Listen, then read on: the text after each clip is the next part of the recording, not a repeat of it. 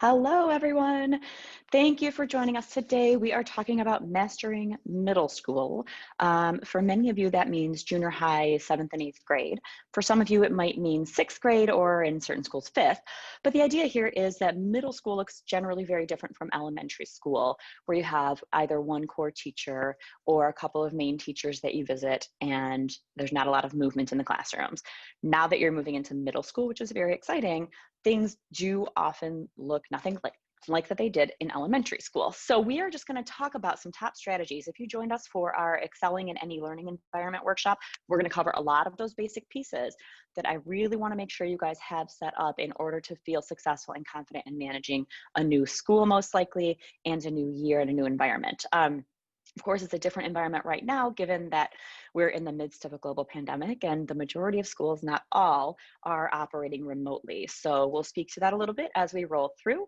I'm going to try to keep tabs on any of the chat. If you have a question here or at the very end, I'll leave a few minutes for Q&A if anyone would like to spend a little bit of time chatting about specific questions that you might have. So I'm going to roll right in. We like to call this one Mastering Middle School. And a few things that I just want to talk about kind of before we start rolling through some of the tools and pieces that I'd like to see you create. This executive functioning, which is what we call it, is what has always mattered. It's just a lot more important right now with everything being virtual and digital for many students. So it's a very pragmatic approach. When we're talking about creating tools and developing skills, we want them to be realistic, easy to implement and use, and they have to make sense for you and be customized to what you're experiencing, to your classes, to your teachers. So pragmatic is just very kind of down and dirty, realistic stuff that's really going to be easy to use and work with. For us, regardless of the learning environment, this is about, for you guys as middle schoolers, figuring it out, how to figure it out. Even in a typical school environment, there's a lot that is new and a lot of frustration that can come along with kind of not being sure of what to do or where to go or how to turn things in or what each teacher expects. So we will experience challenges this year and every year. And so it's important for me that you get set up with the tools and start to think forward and think ahead and plan for when things need to be figured out or they don't quite go your way. So this is helping us to build independence and ownership on your part. You're getting older as a student, parents, this is what we want for them. And then finding ways to help keep yourself accountable, but realizing that still middle school, even high school, some of our college students need to have a little added accountability. So talk as a family with your parents or whomever it might be that could be kind of a good checkpoint person for you to help keep you accountable. But I really want to help you to understand tools and strategies that you can use to manage for yourself so that you feel more confident and you can get the results that you desire. Learning how to learn. So this, again, always going to be an issue, but right now more than ever, it sometimes can be challenging to learn digitally. It's especially depending on your learning styles and preferences. We really want to make sure that you have a bunch of strategies and ideas for how to actually learn. So in future workshops and groups that we're running, definitely we're going to be talking in detail about strategies for figuring out how to actually learn when you feel like it's either not being taught or it's not being taught in a way or a style that really work or click for your brain. We also are going to talk in future about specific study skills. It's something that the majority of our students express to us that they could use a little help with. And studying, we don't necessarily want it to look like, just kind of reading over your notes. We want you to really have ways to actively work with the information so you can not only understand it better, but you can actually use it when it comes time to do an assessment, like a quiz or a test. So that's a lot of the stuff that I think is going to be very important in figuring out how to be a successful student and feel more comfortable with the work that you're doing. We'll make a note here about teachers, parents, and students. So teachers, okay. You will have teachers you click with, you'll have teachers you don't click with. You will have teachers that teach in a style that's fabulous for you. You will have teachers that may teach in a style that doesn't work as well for you. It's going to be very important to be aware of that. And then again, going back to figuring out how to learn if the style isn't fitting, because that's going to happen. It's going to be part of life. We have to figure out quickly how to navigate that. And then parents, this is that part of middle school where it becomes a challenge for some. Many parents are ready to kind of pull back and help their kid to become independent, and others are having a hard time because they really want to sit there side by side and help them through it. So what our goal is with these tools is to help you students to kind of come up with your own ways of managing and learning and planning and organizing and self-regulating, which we're going to talk about. Students, I have "you're in it together." I know that's kind of a hot phrase right now, but you are not alone. So when you are, if you go back into an actual physical school environment, many of you are going to feel like you're all alone, all eyes are on you, you're the only one who doesn't know or hasn't figured something out yet. I will tell you this, after almost 20 years of doing this and working with hundreds and hundreds of students, you are not alone.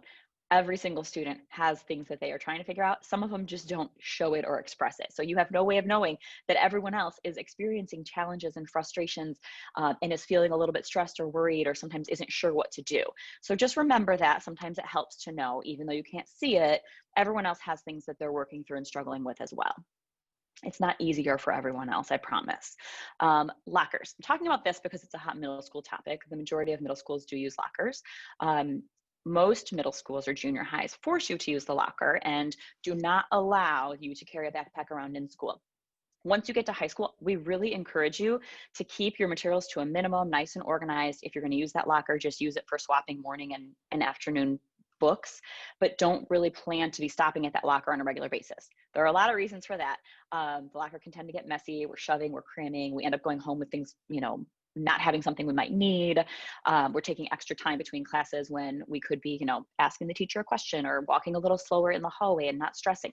In middle school, the majority of schools want you to use the locker. You can't bring your books to lunch, or you can't bring them to gym class. So you've got to be going to that locker on a regular basis. So organization wise, I just want to make a point about the lockers. It doesn't have to be really pretty and have the fanciest shelves and system in there. But what we do want to pay attention to is, how do I organize it so that I can quickly drop and get what I need in between each of these classes where I have to be changing and moving pretty fast, because some of the middle schools and junior highs are pretty big. So make sure you consider putting, the chunks of classes together that you're going to be carrying with you. And if you have shelves, get them, organized by like morning, midday, afternoon, some way that it's really quickly to kind of interchange and swap things out. I know a lot of schools have moved to Chromebooks and iPads and things are digital, but you will, I'm assuming, still have plenty of classes where you have textbooks and notebooks and things that you need to be bringing with you. So make sure that the locker is functional and try to kind of categorize things so that it's a real easy swap. And that's kind of my big note on lockers. We have been doing this for a long time. I've been doing this executive functioning work for almost 20 years now, working with all different types of schools, all different ages, elementary through college. So we've seen a lot. This is where all of this is coming from. And the foundation of the workshop today, I am going to kind of base off of a blog and an infographic that I put together back at the start of the COVID outbreak in March. And it's called Surviving E-Learning, and it's 5 steps for success. So I'm going to follow these 5 steps. I'm not going to read each one of these to you, but this is the flow and the 5 key pieces I feel like are critical to getting yourself set up for a great year and for feeling confident in managing and being able to get more of those results and outcomes that you desire. So we're going to talk about making things very visual, print it, see it, check it off, actively work with it. Step 2, have a visual process and a plan. We'll talk about some different ways that might look. Using your planner is going to be huge. I call it a planner. Some schools call it an assignment notebook. Some call it an agenda, whatever you want to call it. It's that notebook. We prefer paper. I do have a lot of kids who try to kind of manage with apps or online, but in the end, when you're writing the information out with a pen or pencil, it makes it kind of prompts you to actually process and think it through. And so it makes it a little bit more real and it's easier to manage. So for the most part, we really strongly encourage you to use some kind of a paper planner. Self-regulation is going to be huge. So when we talk about executive functioning, it's planning, it's organizing, it's time management. And a big part of it is self-regulation. And then we have a part of how to learn and process information and study. And that's that other kind of like brain component that we bring in. So self-regulation is something that we really start to talk about, especially in middle school, and understanding what might be getting in your way, what obstacles come up, and then talking about strategies for managing those so you don't get off track or derailed from where you're trying to go and what your goals are. And then reaching out to others and communicating is going to be just another key component for success. So I'm putting this up here. It's also, if you'd like to find the download, it's in a blog post that I had written, and it's on the Executive Functions 101 tab on the website as well. So you can check this out. I really encourage you as students and parents to print this out and actually highlight areas that you feel maybe stronger in or ones that you think you might need to work on. This is a great conversation point for talking about where you want to go this year, where you might see a potential challenge, and then that can fuel the conversation about strategies for what you're actually going to do to develop and build skills in those areas. So these are the key areas of executive functioning that are required in life. So this is not just school. This is everything in your life that this is going to help with. So we have to be able to think and process information and work with it. Communicate. We've got to be able to activate, plan, get ready, and start doing the work. And then we have to do it, take action, and keep at it until it's done. And then we've got to be able to make adjustments when things don't go our way or we change our goals, be able to kind of have that self-awareness to regulate. And so there's a lot of critical skills listed here. I encourage you to print that out and have some conversations around it at home, especially at this middle school transition time. Kind of in line with what we talked about for what we're talking through today, we're going to just briefly share the top reasons that we have found that students struggle. Number one, having a lack of processes or good habits or routines, or there's no good planning system in place. That's a big one. Once we get some good daily routines and planning in place, we see students' grades come up, their stress come down, and phenomenal things can happen. Coexisting factors. So if we have anything else going on, struggles with learning or certain subjects, processing disorders, ADHD, anxiety, depression, social, emotional, or friend or family stress, all of that is going to impact your ability to be successful. So make sure that you are working on ways in which you can become more confident and successful in managing those areas, getting the help that you need from your parents or other providers, making sure that you kind of have an awareness and are working on those at the same time, because a lot of those pieces I mentioned can really interfere with your ability to be successful in school and to just get things done in life. So I like to encourage you to kind of stay on top of those pieces. Trouble motivating or procrastination, that's almost everyone, adults included, feeling overwhelmed. Very normal. Most days you might be fine, some days you're overwhelmed. It's very common, and all the strategies that we're talking about here today and in our work are going to help support you in feeling a little bit less stressed and knowing what action steps you can take so you don't feel that overwhelm. A lack of awareness around assignments. So a lot of kids struggle with just the basics. Where do I find it? What's due? When's it due? What is the expectation? A lot of times we have students in middle school that are kind of either confused about what they need to do or where to find something or where to turn it in. That's really common. So if that happens to you, don't worry. And then sometimes it can be embarrassing or stressful to have to ask about it. So we do want to talk about plans for writing an email to the teacher or going to see the teacher and understanding that that's okay. And your teachers, I know you know this, they want you to do that. But I do understand that it can be very uncomfortable. So sometimes we'll even say on a Post-it note or on a little note somewhere, write down kind of the 3 bullet points that you would include in an email so that you almost like a script of a way to actually reach out to your teacher when you have questions. Poor test or quiz performance, that kind of ties back to the information processing and study skills piece. So a lot of students really struggle with how to study and how to learn and understand. And that's a part of this executive functioning because it's how we process and learn. Lack of appropriate study skills, right along those lines. Distractions. So I'm sure that as you're kind of listening to this, you're saying, oh yeah, okay, sometimes I'm distracted by the phone or things going on in my life. So we definitely have to talk about with that self-regulation, how am I going to manage those distractions? They're normal, they're going to happen, but what are you going to do to kind of get yourself back on track quickly is the question. And then attention to detail is a big one, especially in middle school. We're kind of moving to a point where the expectations are kind of up leveled a little bit, and they're going to be looking for more details on your labs and on your papers or essays. And so we want to focus on depth and being very specific versus just, oh, how much can I actually knock out and get done and check off my list? So those are some of the reasons where students struggle or don't always get the grades that they're looking to get now in our experience of doing this. So just be aware of those and start to talk about and come up with strategies for managing. So this is a big one for me. I do not like to be told what to do. I will say this 100 times over. It's probably part of the reason why I work for myself, although I love working for others and being part of a team. But I really like to have that creative freedom to do things the way I want. I understand as we're creating these materials and I'm walking you through some of them, we want to make them your own. So any of the advice or the ideas that we're giving you, you can do it any which way you'd like to. You can modify it, tweak it, change what it looks like or where it's posted. Is it online? Is it paper? Have that flexibility. But at the end of the day, when you're in school, give them what they want, because this is kind of that life skill of, I know that you might not agree with what it is that they're saying that you do. You think the assignment's silly. There's no point. I don't understand why we have to do this. At the end of the day, they're the one who's giving you the grade. And at the end, you really do have to just do it and kind of give the teacher what they want and learn how to meet that expectation, whether you agree with it or not. So we do talk about that when we talk about our high school workshops too. We want you to make sure you're following the instructions for the classes and the assignments, paying attention to those due dates. Sometimes teachers are not flexible and they're really trying in middle school to get you ready for high school. And they're saying, we're not going to accept late work, or every day that it's late, you're going to get a letter grade reduce or knock down a letter grade. So make sure that you have a good plan for managing those due dates and assignments. The assignment sheets themselves, sometimes they're kind of hard to find. So I'll have a lot of students in middle school and high school really where they're like, oh, the teacher told us we had to write this paper. And I said, well, where's the assignment sheet, the instructions for it? Like, oh, they didn't give us any. They just told us about it. But sure enough, when we do some digging, we find it in Google Classroom, or it was emailed out or posted somewhere else. So pay close attention to those. I often advise that you print them so that you can kind of make little check boxes next to all the action steps and items, and really spend time understanding the expectation and asking the teacher what each piece needs to look like if you're unclear. I know that that can be hard, but I want you to be able to work with those assignment sheets so that you're meeting the expectations and then achieving the grade that you want and ultimately doing well on that particular assignment. Rubrics kind of go right in line with that. So a lot of you have seen rubrics in elementary school.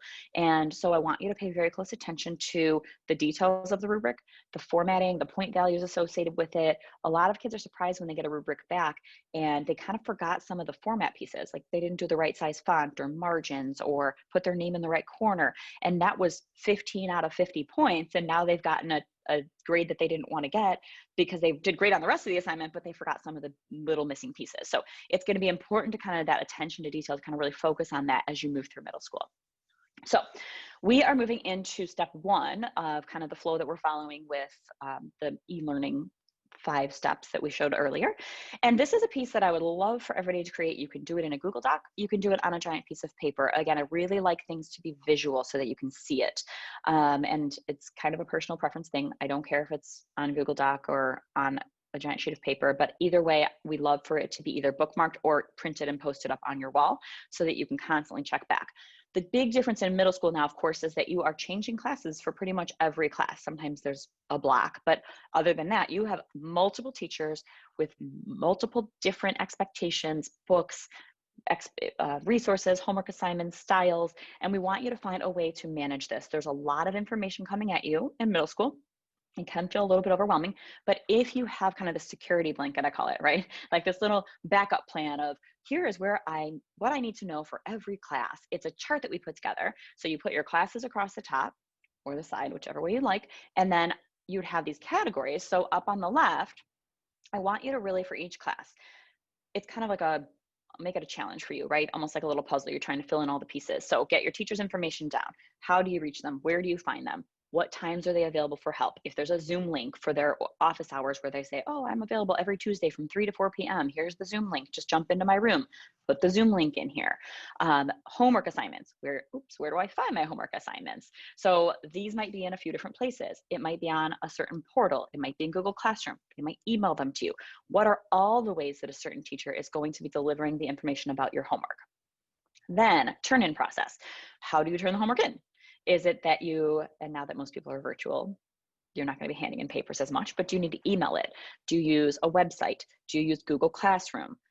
Finding out for each class how they want the homework turned in is going to be important because it might be a few different ways depending on the type of assignment it is. So make sure you're listing for every teacher how you turn in homework. And then also the late work policy, kind of like we talked about earlier. A lot of teachers they really don't want you turning in the work late. And a lot of teachers, aren't very forgiving because they're trying to teach you that there is a consequence when you don't turn it in. So what is their late work policy? Do you get knocked down a letter grade? Can you just turn it all in by the end of the week and be okay? Making sure you understand each teacher might have a different policy. And then redos and retakes are really popular right now. So make sure though that you understand the teacher's criteria for redoing or retaking an assignment. So lots of times if you don't do as well on a quiz, the teacher will say, okay, well, you're actually able to retake that quiz up until the actual test for that chapter. So make sure that you know what's required and if you're even allowed to redo or retake assignments or quizzes or tests. The next few categories here, top areas of focus in the class. Where is your grade coming from? I want you to really think about this in these first weeks of school. How much of the grade is tests? How much is made up of participation? How much is essays or papers or projects? So make sure you kind of know where your grade's coming from so you have your head around how you're spending your time and how much effort you're putting into everything. We want you to put effort into everything, but understanding that, if the homework's worth 60% of your grade and you're blowing it off, that's going to, cause a pretty big hit in the long run. A lot of you in middle school, most of you will not have final exams. This is a high school example. So once you get to that point, we'll worry about it. But here, top areas of focus, I really just want you to understand where that grade is coming from. And then in order to do well in this class, you guys know by now what subjects you kind of like a little better and which ones you don't. You can pick up on the teacher dynamic. Do you feel like they're a good fit for your style? Are they not? And you're going to have to work through that. What's it going to take for you personally in this class in order for you to be able to do well. And then what's the absent policy? You're going to have potentially days where you have to miss for one reason or another. Maybe it's an appointment, maybe you get sick, but make sure you understand what is the requirement for making up the work that you missed. Where do you find it? How much time do you have after you get back to turn it in? And then always make sure you're reaching out to your teachers if you're absent and letting them know and asking specifically what it is they want you to do. Resources for help. A lot of teachers will give you additional websites, or they have like a resource center at the school, and now it's probably a Zoom room or a Google Meet or Hangout, but there are times and places to go to get help in different subjects, both from your teacher and from other teachers. So make sure you ask that question and find out what the options are should you need to get some help. Materials for the class, making sure you know what's included. A lot of classes will have multiple websites or materials that you're going to be using. And then I always encourage you guys to get the name of a couple students, and that way you'll be able to shoot them a message or text or snap message, whatever it is, them to be able to kind of clarify an assignment or the expectations or the homework if you have a question. So it's always just really nice in case you miss something in class or you have a question to have someone to reach out to and ask about that. And you might not know people in every class. So seeing if there's a way that you can kind of just, or even asking the teacher, you know, can you ask us to exchange information? And that way you've got some names of people so that you can feel confident in asking questions and clarifying things for yourself.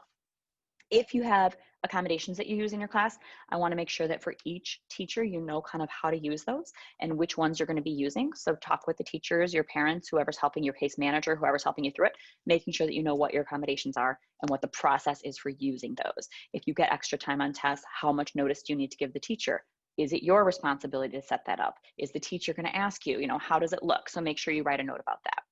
And then any other websites or logins, a lot of teachers use a bunch of different platforms, especially now with everything being digital. So make sure you have a list for each class of all the different platforms your teacher talks about using or is using actively in the classroom. So once you do this chart, it's really amazing because you can stick it up on the wall. And then as the year progresses, you'll be surprised probably at how many times you have to look back at it and reference it. And it's just saving you a ton of time by having it right there next to you instead of having to go like, oh, shoot, I forgot to turn that assignment in. What's the late policy again? How does that work? Or I really wanted to retake a quiz. I didn't do that well. How does that work again? And then you're flipping through all the Google Classrooms trying to find where the teacher told you about it, but you can't. And it takes all this time and it gets frustrating. So get this all filled in the first couple of weeks and you'll have it right there at your fingertips. It'll be a lot easier to follow through and make sure you're not missing any of those opportunities. So I'm going to move into step 2. You won't be able to see all the tiny print on here, but I just want to talk about how important it is to have kind of like a daily checklist for yourself. So kind of an everyday, here's the things I personally need to do to be successful and stay on top of my work. And so obviously I put in for the first example, check in on the online attendance. Typically there is a way you have to check in, whether that's just being in class or sometimes there's a Google form you have to fill out to say, hey, I'm in school. Making sure your workstation is set up, you've got the materials that you need. Item number, well, the second checkbox down here underneath the arrows, email is going to be big, big, big this year. Not just checking the emails, but reading the emails and then making sure you take time to put a note in your planner and on your to-do list of any action items the teacher is asking, any announcements or assignments or things that are being attached to that email. Really be thorough in the emails. That's number one, other than your Zooms and class time, going to be the way your teachers communicate information, that and perhaps Google Classroom or some other platform that they're using. So make sure, again, with that chart, you'll know which platforms each teacher wants you to use, but the email is going to be really critical because a lot of important school information is going to come your way via email. Also, a lot of the times they'll post their announcements and things on their website. So you might even want to make an item on here that says, check daily announcements or whatever it might be. Checking your grades, really important just to kind of keep tabs on it, make sure you're achieving where you want to achieve. Is there anything you need to ask about or you drop the ball on? So make sure you've got a note every day to just kind of take a peek and see what's happening with those. And then for each class, you can see, and I'll show you another example of this. I want you thinking about for every single class, what are all the benchmarks, all the little steps you need to do in order to be successful? And this one kind of laid out for every class, step by step each day, what I need to be checking and doing in order to do well. And then if you want, you can kind of have a before I wrap it up at the end of the day checklist, or before bed at the end of the night, here's what I need to do to get ready for the next day. And then I really love for everyone to have kind of, I call it a weekend regroup. So where you take time on the weekend and you say, I actually am going to set aside time to look back at the week, get my files organized, get my digital files organized, kind of make sure I get my head around what's coming up, look at my planner, look at my calendars in school and announcements, fill in if I have quizzes or tests coming this upcoming week, and really take time to sit with your grades and reflect on how everything's going, kind of get yourself all set up and organized. And I love for you guys to do this. Some kids like to do it on Friday after school, so it's all set and ready, but definitely by Saturday morning, because you might, as you're kind of opening up all your Google Classrooms and checking off your assignments, you might realize there's a big project or a paper that needs to be worked on this weekend that you forgot about. So you don't want to be doing this weekend regroup on Sunday night, because you might end up needing a couple of hours or a few hours to work on something. So do a weekend regroup just to get yourself set up for the week and look back at how the week before might have gone. And this is just an example from one of my students where you kind of have like that Monday through Thursday routine, and then Friday starts the weekend. So then that weekend regroup, just Friday or Saturday, set aside some time to do those things that we just talked about. This is another way that it might look. I have a lot of students who like to kind of use it more of like a habit tracker. And so all of those ways to be successful will be put into a line, and then you can put check boxes in each day and kind of at the end of the day, check off, did I do everything I need in order to be successful in my classes and in my work? And then class and study plan. So this is just part of that, having a process, having a plan. We want you to make sure you're thinking about, for every class, if you look on the right-hand side, the top half of the page, it says areas of focus. So really, we've made on that big chart a note about what the teacher's focusing on. But then what I want you to do is, over to the right of that, think about for yourself personally, based on what you know about how you work and what you need, in order to do successful in each of those areas that the teacher's looking at or assigning or working with you on. What do you personally need to do? Is it attention to detail? Is it not procrastinating? Is it finding better study strategies? Be very specific as to what you personally need to do in that class to be successful. You can make one of these for every class. I have a note in the middle about kind of some active listening or note-taking ideas. Even though a lot of this is digital, most students, I would say most, really benefit from taking pen to paper. So as you're in class, having that notebook, having that pen out helps you to process and understand the information and really actively pay attention. Even if you're just writing down keywords or you have a little doodle of something that they were talking about to help you remember the information, it helps you lock in and focus. I know, and here we're doing this virtually, it's very challenging to focus in a regular classroom, sometimes much less when you're sitting, at home on your computer. So having some active note-taking strategy is going to be extremely helpful for you. There's also a box in here for reminding yourself where to go for help. And then the bottom half is where I'd want you to really start thinking about, what are all the materials that I have available to me in order to help me learn and study for a test or quiz. And then at the very bottom, we kind of start to brainstorm study ideas, which we do either in sessions or workshops or groups with you guys, and talk about all the different active ways you can study for different types of subjects. And you can study for every class. I have kids who will give me pushback on math. We can't really study for math. You just have to do the homework. I said, oh my gosh, no, you can study for math. You can write all the formulas and make a study guide, and you can write down example problems and step-by-step instructions and little notes and reminders to yourself, so that when you see those questions again, you're studying the approach and the process, and not just, oh yeah, I understood the problems that one day, like a week or two ago. So every single class, there is a way that you can study. And then we kind of want to make sure you have a plan. So when you see that you have a test coming up, you go back to this plan, you say, oh yeah, here's the 5 things that I can do in order to study and do well.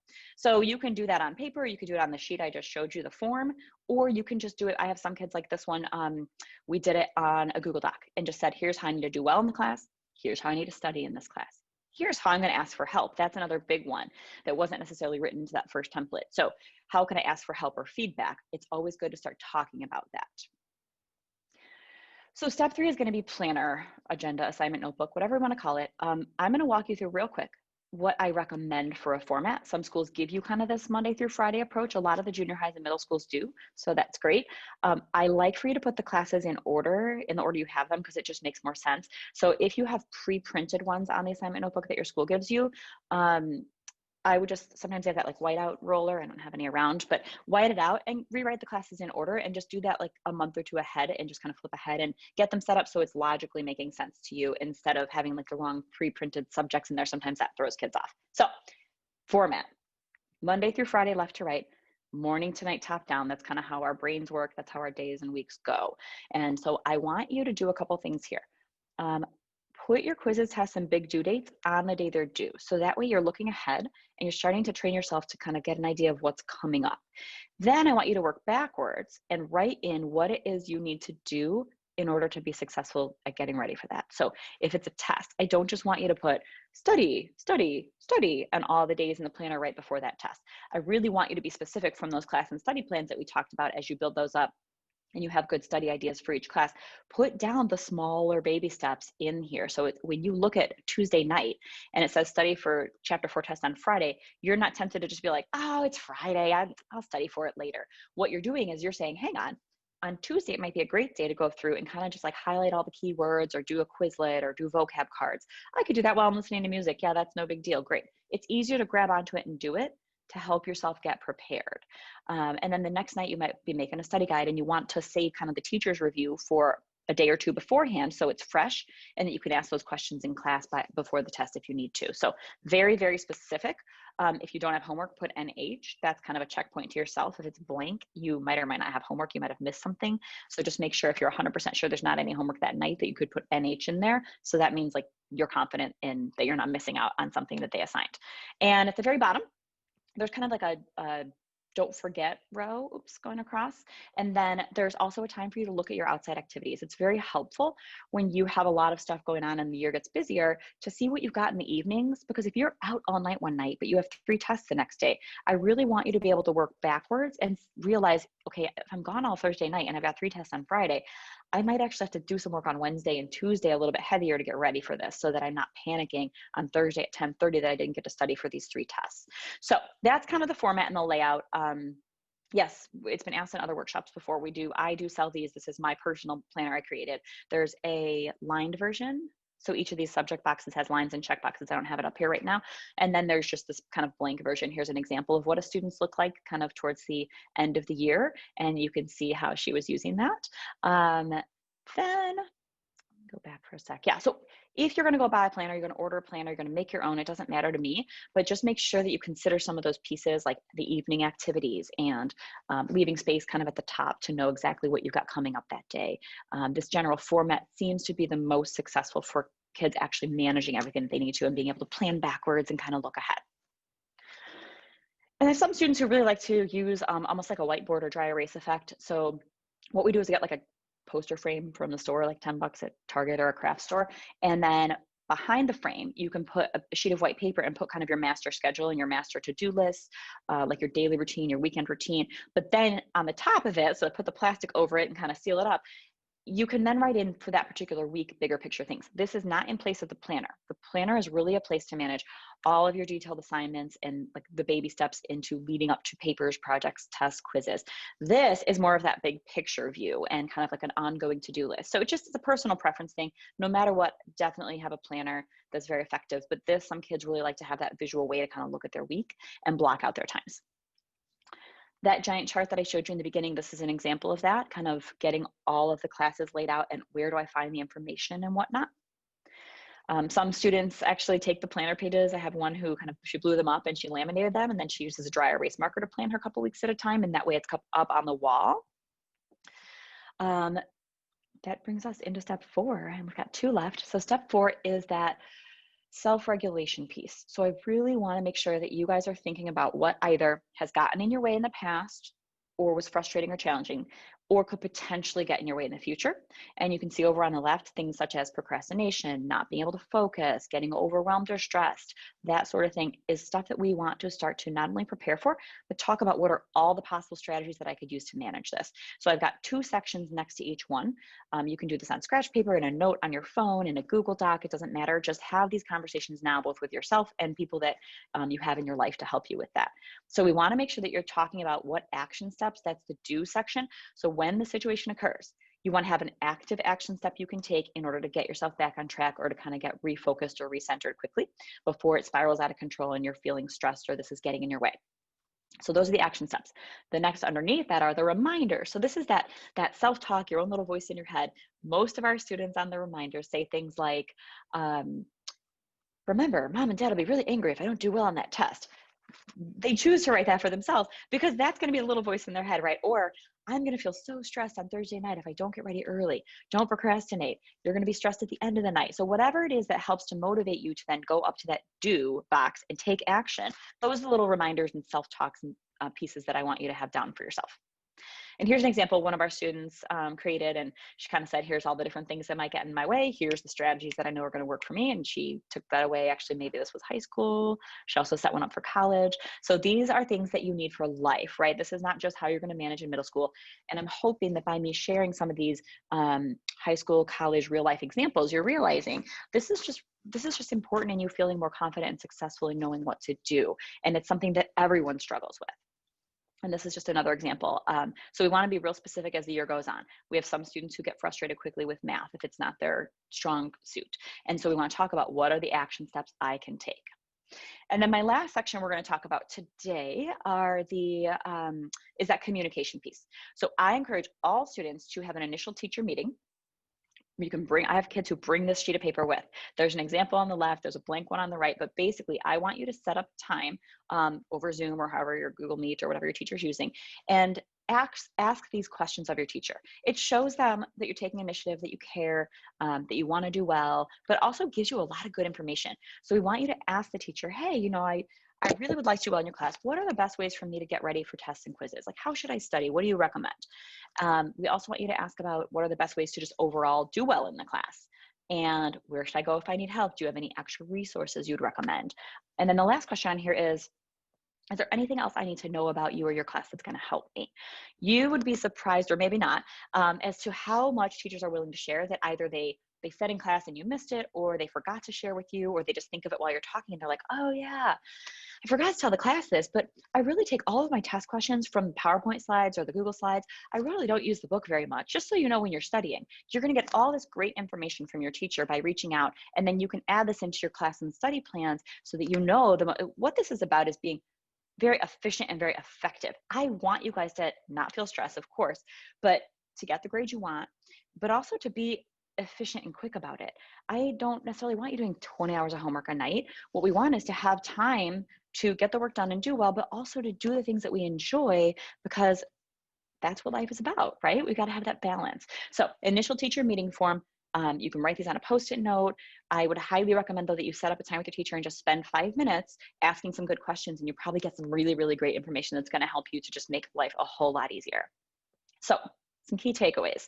We talked about things being visual. If it is in your face, because so much is on the computer right now, it's much easier to remember and do. So printing, posting, bookmarking, every time you see it, it's going to make it more real.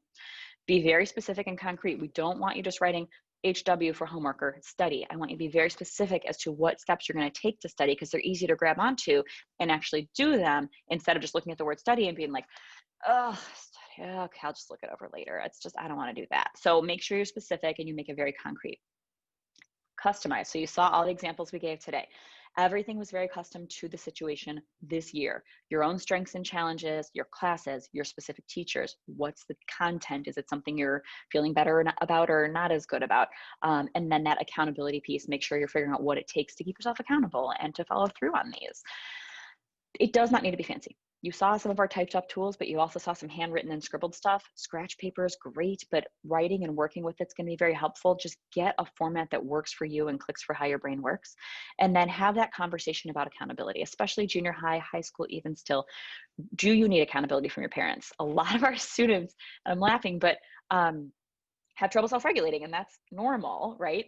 But they need their parents to kind of make a threat. And they tell us after working together for a while, I'm having trouble getting myself to do things. So I just need my parents to take away my phone until I do X, Y, and Z. Or if I didn't start my homework by this time, they take the phone. That's their choice. I'm not suggesting that, parents come in and threaten and take, but talk about it and decide what it is you're going to need to really follow through and to kind of hold yourself to using some of these strategies and getting that work done and done well. If you need further help along the way, we are doing some really awesome, we're calling kind of coaching and accountability groups. So we're going to hop online twice a week for 30 minutes, kind of whoever can join us is great. And then we're going to talk to you about actually creating all of these different pieces that we went through today, and then a whole bunch more. And we're going to get into those study plans and how to process information and how to do well and how to look at your grades and how to use your planner, how to manage your time. And you'll have the chance to kind of, as things come up over the 6-week period, ask us those questions and really work side by side with us while we're on the Zoom and kind of be creating those charts and setting up the planner and checking your grades. So it gives you that accountability instead of just knowing you should be doing this and then having a hard time setting aside the time for it. So different things we're going to talk about are going to be all the stuff, all the things that we reviewed today: how to manage your classes and assignments, how to learn, how to approach your teachers, problem solving any situations that come up, how to regulate yourself, how to get your routines and planning in place. All of that stuff is stuff that we're going to discuss so that you can reach our goal for you, which is independence, owning it on your own, so no one has to come in and hover over you. Better problem solving skills, better grades, better confidence, not as stressed. This is what we want. We want you to feel secure that you know exactly what to do and how to get it done so that you feel good about everything. You'll also have a chance to kind of grow as a person overall, and then connect with other people your age who are kind of in that same boat. So this is for all levels of students. It's not just kids who struggle. It's just helping you to really be the best version of you that you can be, and to be as successful as possible, and kind of fast forward things to get you ready. So we're going to do that. You can find all that information on our website, our email list. Just make sure you click to sign up for it. And we're also going to be starting an accountability check-in program, kind of with that daily checklist or habit tracker we talked about. There's no face-to-face time here, but we will email you some tools. And each day you'll kind of just check in with us, and then we'll keep track at the end of the week.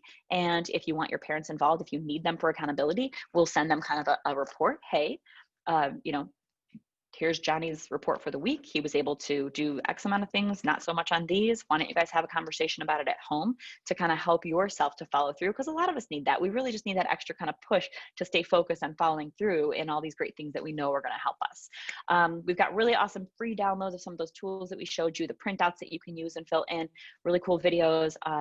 All that's available on our website. So if you guys need other ideas, or you just want to kind of keep up with us, sign up for our newsletter, and we will be sharing a bunch more information. If there are any questions, let me know. I'm really accessible over email, lisa@efscoach.com, executive function skills. So EF as in Frank, S as in Sam, coach.com. And happy to share ideas, information. We'll be doing some more free webinars. Best of luck for a wonderful school year, and hopefully we will see you soon. Thanks.